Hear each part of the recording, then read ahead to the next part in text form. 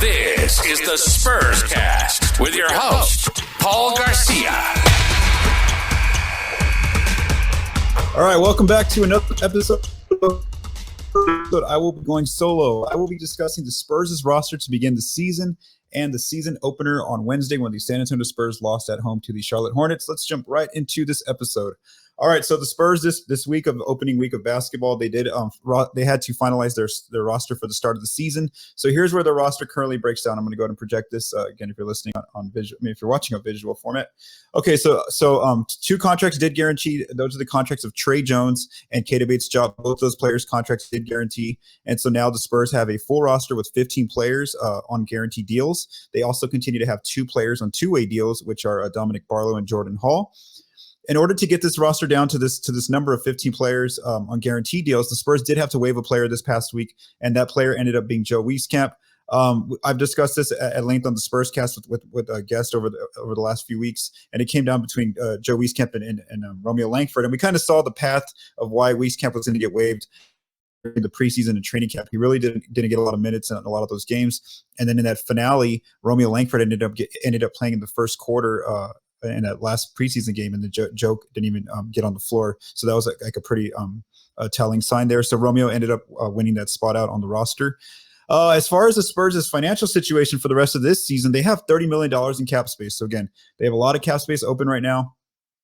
So that is also something to watch in terms of if they're a team as we get closer to February when the trade deadline comes, they're a team who ends up taking in big contracts for draft picks, or maybe if they start sending out some players via trade because they have multiple veteran players. So again, that's kind of where their team currently sits now that the roster deadline happened there on Monday. All right, so if you watched the first preseason game, that was a rough one to watch if you're a Spurs fan. The Spurs did lose to the Charlotte Hornets by 27 points. If you go to our Project Spurs Network TV YouTube channel, I've been doing some recaps of the games. And so on there, I went to pretty detailed into like some quick analysis of how the game went for the Spurs. Just some quick takeaways. Let's just do a quick recap of the game. First quarter, they ended up going down by double digits. The Spurs, they really had difficulty on the offensive end with turnovers. That was something where Charlotte was very aggressive, really being aggressive and kind of counting the Spurs players, and they did turn the ball over multiple times. Then on the defensive end, the Spurs really had trouble there as well. Charlotte was able to get into the paint multiple times, and that opened up the 3-point line for them. As far as Pop's rotation, what we saw in this first game, the starters were those projected starters from the preseason. It was Trey Jones at the point, Devin Vassell at the 2, Keldon Johnson at the 3, Jeremy Sohan at the 4, and then Jakob Poeltl at the 5. Off the bench, Pop went with 5 players. He had Josh Primo, Josh Richardson, Doug McDermott, Keita Bates-Diop, and Zach Collins. When the game got out of hand, the 3 players he went to in the reserves were Romeo Langford, Gorgui Dieng, and Isaiah Roby. Well, I would say, for the Spurs, they ended up losing by 27, so really it was tough to like find any bright spots. One of the bright spots would be the play of Keldon Johnson. Despite that rough showing for the team, Keldon ends up with 20 points on the night, 11 rebounds, 4 assists, and 2 steals. And he went on a run there in the third quarter that really got this game more competitive, where the Spurs actually trimmed Charlotte's lead down to 10 points in the third quarter. And a big part of that was Keldon's barrage of threes. He made 3 3-pointers in that third quarter and got them close. But then they didn't answer. Charlotte kind of had some answers, and they ended up expanding that lead there in the fourth quarter to 35 points. Defensively, Charlotte had a really good night shooting the ball. I know the Spurs had their mistakes, but we also want to say that Charlotte had a really good night, better than most teams are going to have in an NBA night. They shot 45% from the 3-point line. They also shot 62% on mid-range. You do see that the Spurs had some collapses on defense in the amount of open threes from the Hornets. 52%, over half of the Hornets threes were attempted wide open. One stat on offense to watch for the Spurs that I think they're going to improve on as the season goes along is the fast break scoring. They only scored 10 points in this game. That's something that this team should be able to do more of. And we saw them do that in the preseason, and that's something that other coaches are worried about. I remember talking to Willie Green of the New Orleans Pelicans when they came into San Antonio for the preseason when I was there to visit, and I asked him about that, and he basically said that's one of the focuses of their defense was trying to stop San Antonio's fast break scoring. So Charlotte did a good job here. But other teams are going to continue to watch that. That should be a strength for the Spurs as the season goes along.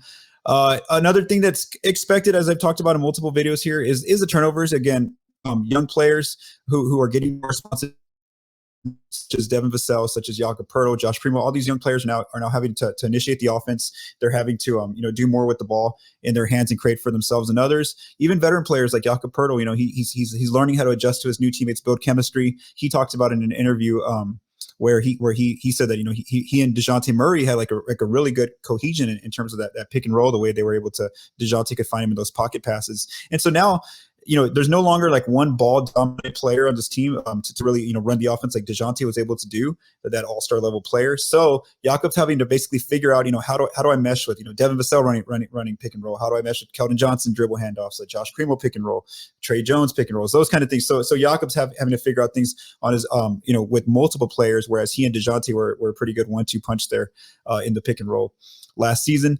And then of course, the Spurs had a tough night just shooting the ball. And again, it's just one game of the season. They shot 21% from the 3-point line.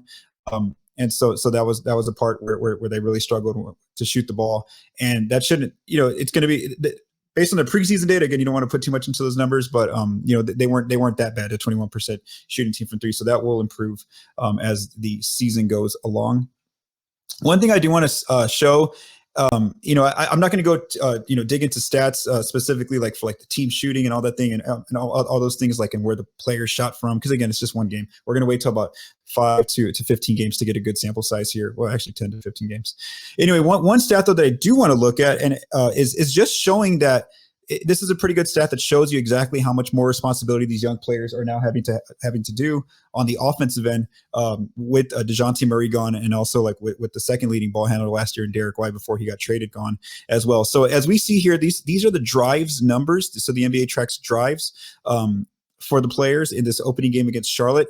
We see here that Josh Primo off the bench drove the ball 14 times. Then behind him was Keldon Johnson 11 times, Devin Vassell 10 times. Trey Jones 6 times, and then Jakob Poeltl and Romeo Langford 5 each. There was a few other players who had like 2 or 3, but I only listed players here who had 5 or more drives. But here's why this is important, because I'm not going to talk about whether they passed or they shot or if they made their shots when they drove the ball. It's just showing it just shows that there's more responsibility on these players. Primo last year, he only attempted 3.9 drives per game, as a rookie, and now he's getting 14. He's one of the top players. I'm not saying he's going to get 14 every night, but I think he's going to definitely get double digits in his drives. Devin Vassell, he only averaged 4.4 drives per game last year. And look what he did in the opening night, 10 drives now. So he's going to probably get double-digit drives because he's expected to be one of those initiators on the offense. Keldon Johnson, Keldon probably has the most experience doing this. He had 8 drives per game last year, being behind Murray and Derek White. But he upped his now in opening night to 11. As he gets more comfortable, he's probably going to increase that number as well. And then let's see, and even Poeltl, someone like Poeltl, right? He only averaged 1 drive a game last year, but on this team where they really need him to move the ball, to find cutters, off those backdoor actions with his dribble handoff action and being able to see the floor there at the elbow. He even put the ball on the floor and he drove 5 times, whereas last year again he only did it once. So I think even Poeltl's going to have way more responsibility and try to create some offense for this team. And then it just shows you kind of like the stark difference of how this team doesn't have like a go-to player anymore, and it's going to have to be a way more balanced offense. DeJounte Murray last year averaged 17.9 drives per night. So again, that was, and then behind him before he got traded was Derek White at 12.1. So again, this is just, I just like to drive stat because again, it shows you that these young players, they're going to have to learn to do more. And then this is kind of, there's going to be some growing pains as we saw in this opening game with those turnovers. But it's just something to watch and to monitor as this season's more so based on growth and for these young players. And that's kind of what Pop mentioned at the beginning of the season, is that this isn't really about this season. It's more about he wants to help these players grow so they have really good careers later on down the road. So that was a pretty quick episode, like I said. Just this team finalized the roster. There's only been one game in the season, so we'll have more next week on the Spurscast when the Spurs will have played multiple games. So thanks for listening to this episode of the Spurscast. I also want to say thank you to Joe Garcia for mixing and producing this episode. From all of us at Project Spurs, stay safe and have a great day.